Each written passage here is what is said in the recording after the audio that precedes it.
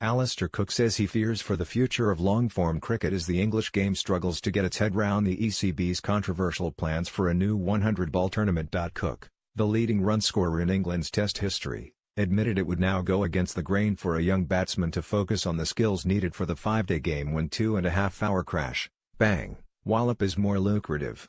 But as we all know in this game, money talks, said Cook. It's easy to see that Test crowds, although not in this country, are down in numbers, he added, speaking at an event to celebrate the return of Yorkshire National Cricket Week, June 18 to 22, with charity Chance to Shine.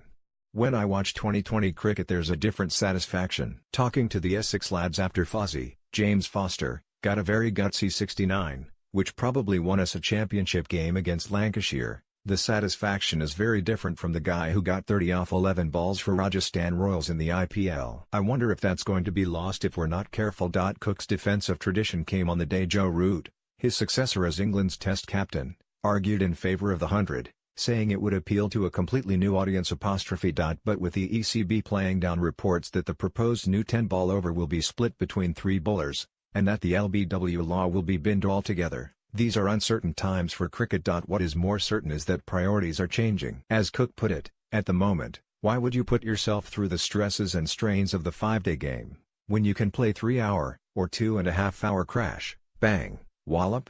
Meanwhile, he insisted he still has it in him to score 6-hour Test hundreds, despite finishing a difficult winter with just 23 runs in 4 innings during England's 1-0 defeat in New Zealand. That encouraged speculation that he was nearing the end of a Test career that has produced 154 caps, more than 12,000 runs and 32 hundreds, all England records. In New Zealand, I just never got going, he said. If you play 100-odd tests, there are going to be periods when you don't score the runs. I've always managed to turn it round. The last 6 months, I've never been quite so inconsistent, but I still averaged 47 last year. But since I've come home I've started to look at my preparation. Have I got it right? Do I need to change things?